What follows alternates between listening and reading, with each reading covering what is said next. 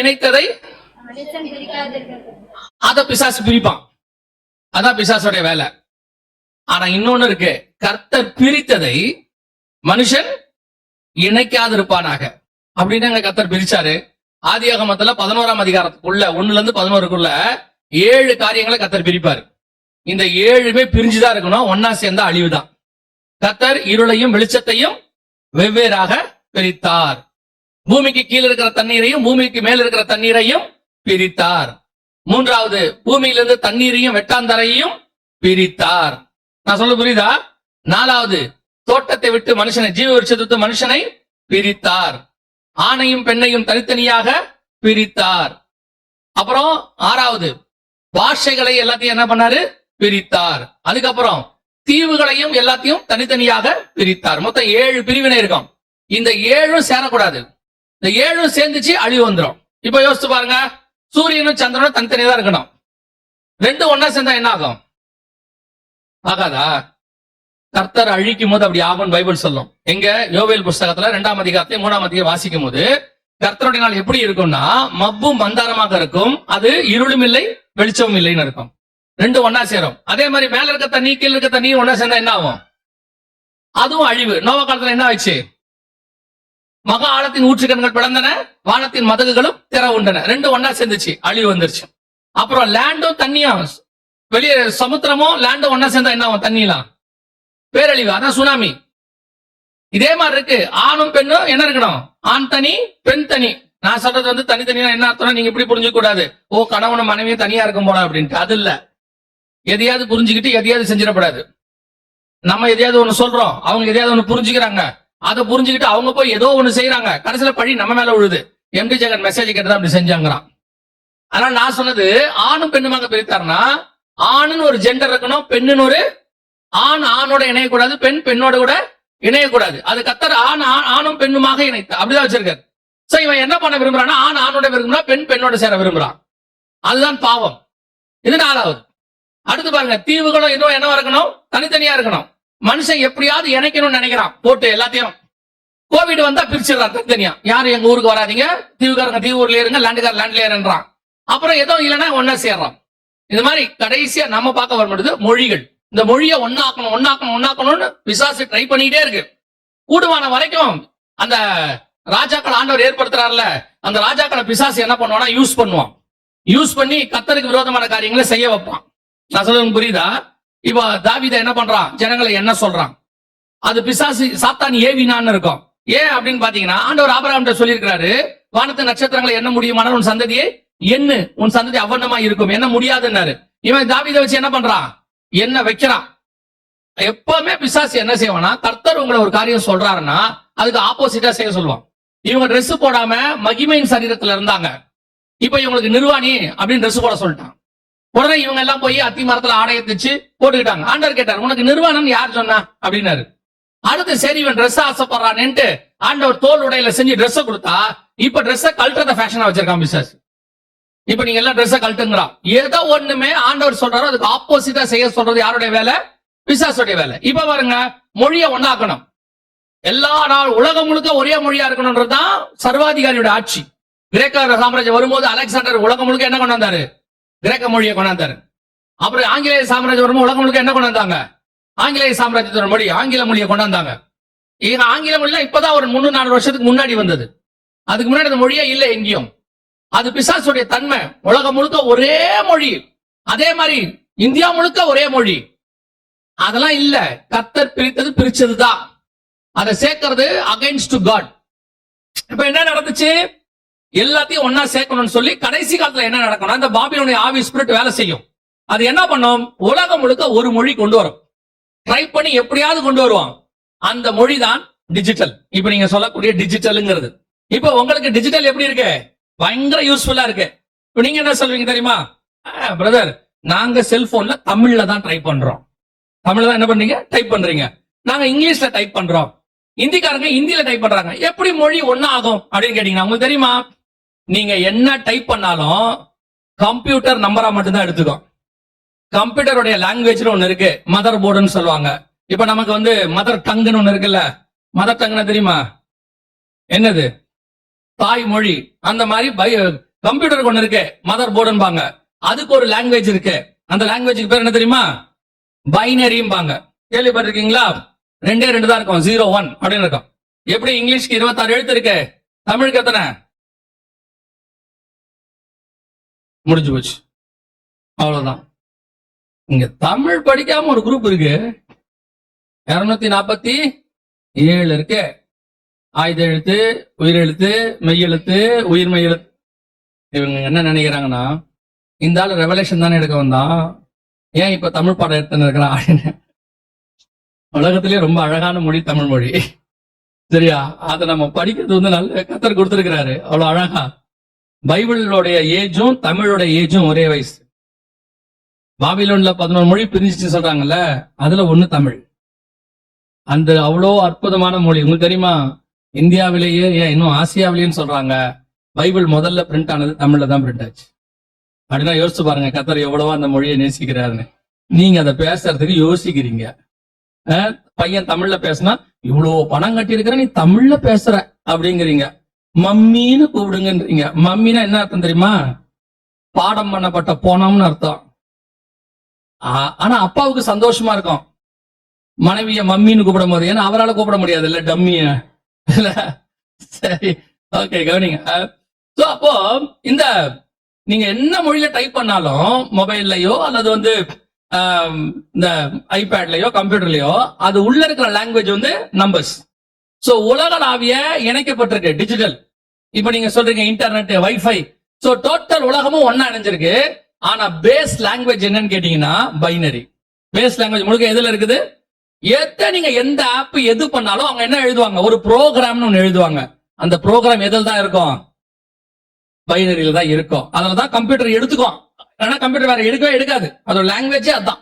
So வேதம் சொன்னபடி இப்போ கடைசியா உலகளாவிய ஒரு லாங்குவேஜ், அந்த லாங்குவேஜ்ல தான் உங்களுக்கு பேர் வச்சிருக்காங்க. இப்ப என்ன எதுல வச்சிருக்காங்க பேரு? நம்பர்ல வச்சிருக்காங்க. இப்ப பாருங்க, அன்னைக்கு எகிப்திய சாம்ராஜ்யம் நடந்துச்சு. யோசேப்புக்கு, எகிப்து ராஜாக்கு யோசேப்பு போய் சொப்பனம் எல்லாம் சொல்றாரு. ஆனா ராஜா என்ன பண்றாரு? அவர் லாங்குவேஜ்ல யோசேப்புக்கு ஒரு பேர் வைக்கிறாரு. என்ன பேர் வைக்கிறாரு? சாப்நாத் பனயான்னு சொல்லி வைக்கிறாரு தானே.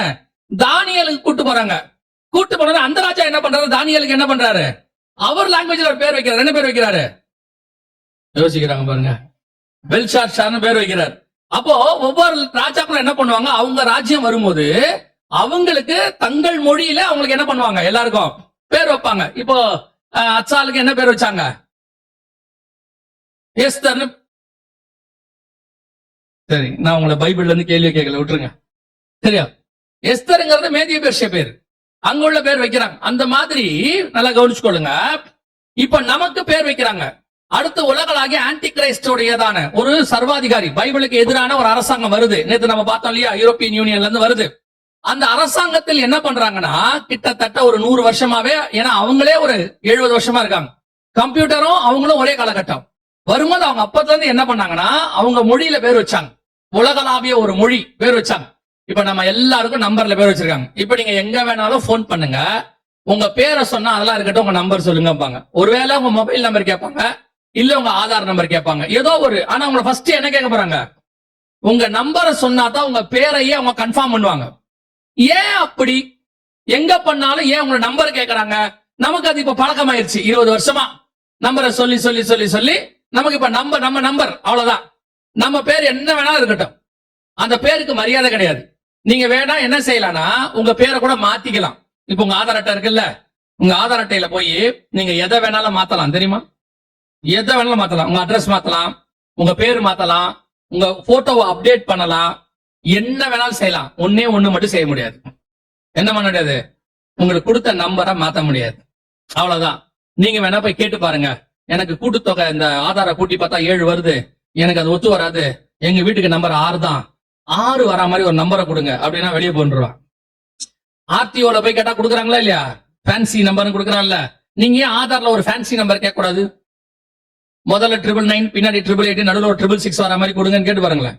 கொடுப்பான்னு நினைக்கிறீங்க? கொடுக்க மாட்டாங்க. ஏன்னா அவங்க உங்களுக்கு பேர் வைக்கிறாங்க. அவங்க என்ன பண்றாங்க? உங்களுக்கு பேர் வைக்கிறாங்க. இப்போ உங்க பேரு உலகளாவிய பேரா மாறிடுச்சு. உங்க பேரை மாத்த முடியாது. அந்த பேர் தான் உங்க நம்பர். நீங்க பிறக்கும் போது ரிஜிஸ்டர் பண்ண சொல்றாங்க, பண்றாங்க தானே? போய் ரெஜிஸ்டர் பண்ணுன்றாங்க. அப்பவே நம்பர் கொடுத்துறாங்க. அந்த நம்பர் சாகுற வரைக்கும் உங்களுக்கு அந்த நம்பர் தான். நடுவுல நீங்க எந்த சேஞ்சும் பண்ண முடியாது. எங்க போயும் சேஞ்ச் பண்ண முடியாது. எனக்கு இந்த நம்பர் வேணாம், வேற நம்பர் கொடுங்க கேட்கவே முடியாது. யூ ஆர் ரிஜிஸ்டர்ட், அவ்வளவுதான். சோ உங்களுக்கு அவங்க மொழியில உலகளாவிய ஒரு மொழியில பேர் வச்சாச்சு. கடைசி சாம்ராஜ்யத்துக்கு உங்களே ரெடி பண்ணிட்டாங்க.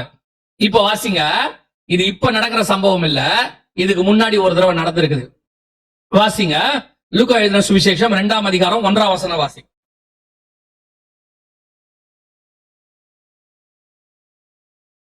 குடிமதிப்பு எழுதப்பட வேண்டும் என்று அகுஸ்தராயனால் கட்டளை பிறந்தது. யாரால? நல்ல தெளிவா வாசிங்க. நீங்களே வாசிங்க. நீங்க அகுஸ்து நீங்கல்ல, அங்க அகுஸ்தா இருக்கு, அகஸ்து தானே இருக்கு. கூவா போட்டிருக்கு, கூதான் போட்டிருக்கா? அப்ப சரி, அப்ப நான் தான் தப்பா படிச்சிருக்கேன் போல. அகஸ்து சீசருக்கு ஏன் அகுஸ்துன்னு போட்டிருக்கதுல? சரி, ஓகே, திருப்பி வாசிங்கம்மா. அந்நாட்களில் உலகமெங்கும் குடிமதிப்பு எழுதப்பட வேண்டும் என்று. அன்னைக்கு உலகம்னா என்ன தெரியுமா? இந்த வசனம் எழுதும் போது உலகம்னா அமெரிக்காவும் கிடையாது, நார்த் அமெரிக்கா, சவுத் அமெரிக்கா ரெண்டும் கிடையாது, கண்டுபிடிக்கல. 1500 தான் கரெக்டா சொன்னா, 1530 40 தான் என்ன பண்ணாங்கன்னு கேட்டீங்க. என்னாச்சு? இடம் பத்தலையா? ஒரு நிமிஷம் அப்படியே இருங்க, யாரும் திரும்ப வேண்டாம். அப்படியே ஒரு முன்னாடி வாங்க பாப்போம், கொஞ்சம் சீக்கிரம் வாங்களேன். இருந்த இடத்தில் அசையப்படாது. என்ன டாக்டிக்ஸ் பாருங்க. ஓகே, நல்லா முன்னாடி வந்துருங்க. பைபிளுக்கு இடம், பைக்கு இடம்லாம் வைக்காதீங்க, எல்லாம் எடுத்து மடியில வைங்க. நீங்க எல்லாம் இவ்வளவு பேரும் இந்த சர்ச்சு தானா? இந்த சர்ச்சில் உள்ளவங்கள கை தூக்குங்க பாப்போம். நான் இந்த நீங்க எல்லாருமே வா. இன்னத்து 2 நாள் எங்க போனீங்க? யாரை பார்க்க வனாந்தரத்துக்கு போனீர்கள்? பரவாயில்ல, கடைசி நாள் முடிச்சு வைப்போடு வந்திருக்கீங்களா? பரவாயில்ல, உங்க சர்ச் மீட்டிங்கே நீங்களே வராட்டி எப்படி? சரி, அப்புறம் நான் ஏதாவது சொல்லி பாஸ்டர் கோச்சுக்கு போறாரு, என் மக்களை நானே திட்டுறதில்ல, நீ எப்படி கேட்ப அப்படின்ட்டாங்கன்னா கஷ்டம். உங்களுக்காக தான் மீட்டிங் வைக்கிறாங்க, நீங்க தானே வரணும். ஆமால, சரி பாப்போம், பாத்துக்கங்க. அப்புறம் வருகை வரும்போது லேட்டா வர போறிய. சரி, வாசிங்க பாப்போம். 2:1. இந்த சகோதரர்கள் சைட்லயே கொஞ்சம் முன்னாடி வந்துருங்களேன். இப்பவே அந்த டைட் ஃபுல் ஆயிருச்சு. சகோதரிகள் வந்தா கொஞ்சம் பின்னாடி அந்த பக்கம் உட்காந்துப்பாங்க, இடம் இல்ல இங்க. ஓகே, அந்த இடத்த அவங்க ஃபில் பண்ணிப்பாங்க வந்தாங்கன்னா. Good, thank you so much. வாசிங்க சிஸ்டர், வாசிங்க பாப்போம். அந்நாட்களில் அவங்ககிட்ட கொடுங்க. அந்த அம்மா அப்புறம் போகும்போது என்ன கோச்சுக்கிட்டாங்கன்னா என்ன ஆகாது. வாசிங்க சிஸ்டர், நீங்களே வாசிங்க. அந்நாட்களில் உலகமெங்கும் குடிமதிப்பு எழுதப்பட வேண்டும் என்று. அன்னைக்கு உலகம்னா நல்லா தெரிஞ்சுக்கோங்க, 2 அமெரிக்கா கிடையாது, ஆஸ்திரேலியா கிடையாது, எதுவுமே கிடையாது. அன்னைக்கு உள்ள உலகம்னா 3 கண்டம் தான். ஆப்பிரிக்கா, இந்தியா, ஐரோப்பா 3 தான் இருந்துச்சு. மத்ததெல்லாம் கண்டுபிடிக்கப்படல. அந்த புரிதல் வரணும். சோ அந்த 3 கண்டத்துக்குள்ள அகஸ்தராயன் சொல்றாரு, அந்நாட்களில் உலகமெங்கும் குடிமதிப்பு எழுதப்பட வேண்டும் என்று அகுஸ்தராயனால் கட்டளை பிறந்தது. அகஸ்தராயன் என்ன செய்யறாரு? ஒரு கட்டளை போடுறாரு, எல்லாரும் போய் என்ன செய்யுங்க, குடிமதிப்பு எழுதுங்க, அவங்கவுங்க ஊர்ல போய் ரிஜிஸ்டர் பண்ணுங்கன்றாரு. எல்லாரும் அவங்க ஊர்ல போய் என்ன பண்ணுங்க, ரிஜிஸ்டர் பண்ணுங்க. அப்பதான் யோசேப்பு என்ன பண்றாரு, நாம இந்த ஆங்கிள் மட்டும் விட்டுட்டோம். எதுல? யோசேப்பு மரியாதை கூட்டிட்டு இயேசு கிறிஸ்துவ பெத்லகேமுக்கு போனாரு, சத்திரத்துல இடம் கிடைக்கல, இதோட விட்டுட்டோமே ஒழிய எதனால அப்படி நடந்துச்சுன்னு பாத்தீங்கன்னா, எல்லாரையும் நல்லா கவனிங்க, மக்கள் தொகை கணக்கெடுப்பு இல்ல. மக்கள் தொகை கணக்கெடுப்பு எடுக்கும் போதே தப்பா போயிடும். நான் சொல்ல புரியுதா? மக்கள் தொகை இன்னைக்கு எடுக்கிறாங்கன்னு வச்சுக்கோங்க, இன்னைக்கு எடுத்துட்டு போகும்போதே அந்த ஊர்ல 10 குழந்தை பிறந்துரும், 4 பேர் செத்து போயிடுவாங்க. சோ கரெக்டான கணக்கு நமக்கு வரவே வராது மக்கள் தொகையில. அதனாலதான் என்ன பண்ணுவாங்கன்னா, மக்கள் தொகை கணக்கெடுப்புல ஆஸ்பர்னு ஒரு டேட் போடுவாங்க, இந்த தேதியின் படி அப்படின்னு போடுவாங்களே ஒழிய நமக்கு அந்த தேதியின் படி தான் இருக்கும். இன்னைக்கு என்ன இருக்குன்னு தெரியாது. ஆனா இது அதல்ல. குடிமதிப்பு எழுதுதல் அப்படின்னா என்ன அர்த்தம்னா, ஒவ்வொருத்தரும் போய் அவங்கவுங்க ஊர்ல ரெஜிஸ்டர் பண்ணணும், அவங்கவுங்க ஊருக்கு போகணும், போய் ரெஜிஸ்டர் பண்ணணும் அப்படின்னு சொல்லி அகஸ்டஸ் சீசர் என்ன பண்றாரு, ஒரு கட்டளை போடுறாரு. இது எப்ப நடக்குதுன்னா, இயேசு பிறக்கிறதுக்கு முன்னாடி நடக்குது. அதை நீங்க எப்படி பார்க்கணும்? இயேசு முதலாவது வருவதற்கு முன்பதாக உலகத்துல இருக்கிற அத்தனை பேரையும் ரிஜிஸ்டர் பண்றாங்க. எல்லாரும் போய் அவங்க ஊர்ல என்ன பண்ணணும், ரிஜிஸ்டர் பண்ணணும்னு சொல்றாங்க. இப்ப அதே மாதிரி ஒரு சம்பவம் திருப்பி இப்ப நடக்குது. உலகம் முழுக்க எல்லா ஜனங்களையும் ரிஜிஸ்டர் பண்றாங்க. இப்ப நம்ம ஆதார் வாங்குறதுக்கு என்ன பண்ணோம், குடும்பமா போய் எடுத்தோம், ஞாபகம் இருக்குதா? எல்லாரும் ஃபேமிலியா போய் எடுத்தோம். அதைத்தான் யோசேப்பு செஞ்சாரு. இன்னைக்கு ஃபேமிலியா கூட்டிட்டு போய் ரிஜிஸ்டர் பண்றாரு. அதே மாதிரிதான் நாம இன்னைக்கு ஆதாருக்கு எடுத்தோம்.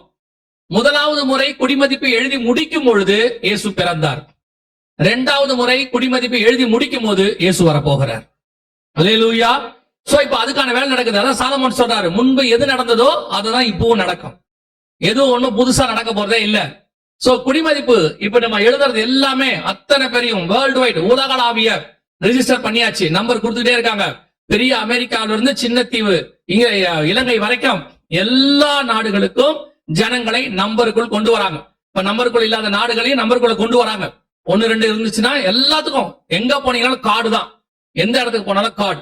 சோ வேதம் சொன்னபடியே நம்ம அத்தனை பேருக்கும் முத்திரை, நாமம், இலக்கம் 3ம் கொடுத்தாச்சு. இரண்டாவது பாயிண்ட், இந்த இலக்கத்தை 18வது வசனம் வாசிங்க, 13 18 வாசிங்க. வெளிப்படுத்தல். இதிலே ஞானம் விளங்கும். அந்த மிருகத்தின் லக்கத்தை புத்தியுடையவன் கணக்கு பார்க்க கடவன். அது மனுஷனுடைய லக்கமா இருக்கிறது. அதனுடைய லக்கம் 666. இந்த நம்பருக்கு பின்னாடி என்ன இருக்கும்? 666 இருக்கும். இந்த 666 கணக்கு பார்த்தாதான் தெரியும், கணக்கு பார்க்காட்டி தெரியாதுன்னு பைபிள் சொல்லுது. புத்தியுடையவன் கணக்கு பார்க்க கடவன். அது எதுவா இருக்கும்? அந்த நாமத்தின் லக்கத்தை, அந்த பேருக்கு வரக்கூடியதான நம்பரை அப்படி இருக்கு. அப்படிதானே இருக்குது. இதிலே ஞானம் விளங்கும். புத்தியுடையவன் அந்த மிருகத்தின் புத்தியுடையவன் கணக்கு பார்க்க கடவன். திருப்பி அந்த வசனத்தை வாசிங்க, 18. இதிலே ஞானம் விளங்கும். அந்த மிருகத்தின் லக்கத்தை புத்தியுடையவன் கணக்கு பார்க்க கடவன். அது மனுஷனுடைய லக்கமா இருக்கிறது. அந்த அரசாங்கத்தினுடைய நம்பர், மிருகத்தின் லக்கத்தை, அந்த அரசாங்கம் கொடுக்கிற நம்பரை கணக்கு பார்க்க கடவன். அது மனுஷனுடைய இலக்கமா இருக்கிறது. அதனுடைய இலக்கம் 666.